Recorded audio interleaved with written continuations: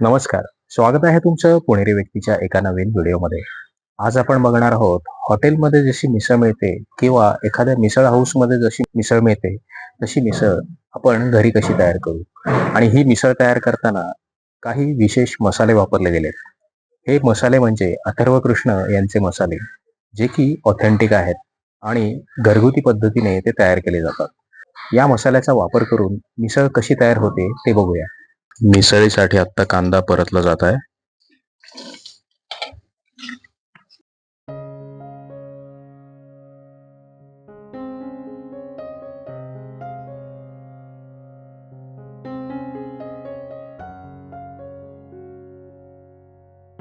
कांदा लालसर झाल्यानंतर त्यात ओलं खोबरं टाकायचं.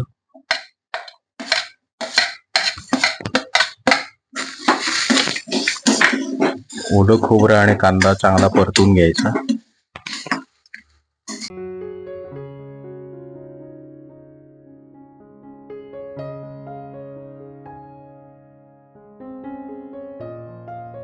सुकं खोबरं टाकून कांदा, ओलं खोबरं आणि सुकं खोबरं हे परतून घ्यायचं.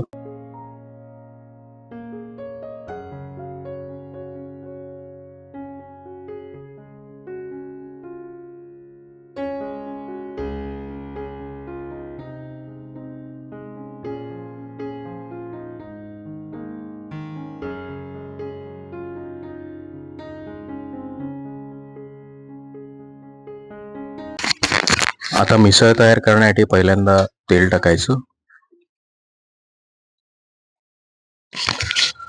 तेल गरम झाल्यानंतर मोहरी टाकायची. मोहरी तडतडली की त्यात थोडं हिंग,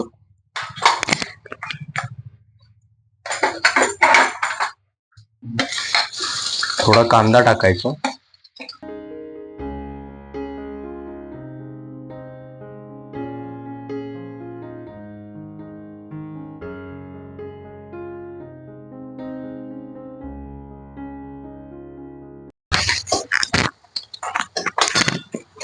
कांदा गुलाबी होईपर्यंत परतून घ्यायचा.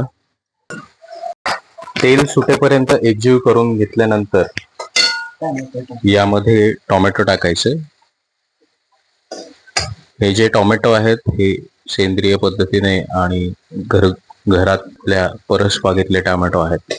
गरम masala, Kashmiri red chilli powder, Kolhapuri masala असं सगळं टाकलं आणि हे मिश्रण एकजीव करून घेतलं.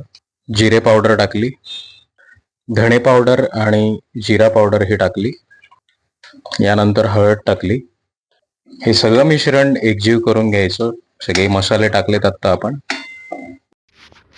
ही मिसळ तयार करण्यासाठी जिरा पावडर, गरम मसाला, धणे पावडर, सेंद्रिय पद्धतीने पिकवलेली हळद, कोल्हापुरी कांदा लसूण मसाला, लाल तिखट, काश्मीरी लाल मिरची पावडर हे वापरलं, ज्यामुळे ही मिसळ खूप छान झाली. घरगुती पद्धतीने तयार केलेले तसेच डंकावर कुटलेले हे मसाले तुम्ही देखील मागवू शकता. हे सगळं मिश्रण जे आहे ते परतून घ्यायचं. ही उकडलेली मटकी आहे.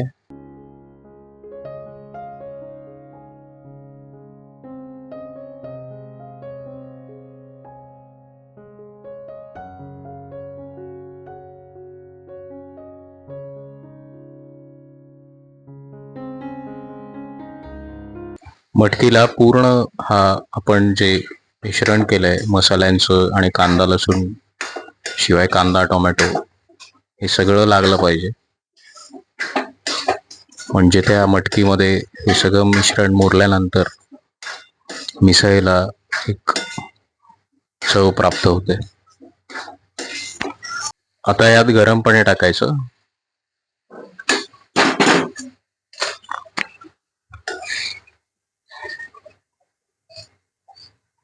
अथर्व कृष्ण यांचे पारंपरिक पद्धतीने आणि डंकावर कुटलेले मसाले वापरून तुम्ही अनेक पदार्थ बनवू शकता. आज आपण मिसळ बनवली. यामध्ये अस्सल कोल्हापुरी कांदा लसूण मसाला आणि कोल्हापूर भागात याला चटणी म्हणतात ही वापरली. तसेच त्यांचे इतरही मसाले वापरले. यामुळे मिसळ अगदी कोल्हापुरी पद्धतीची झाली.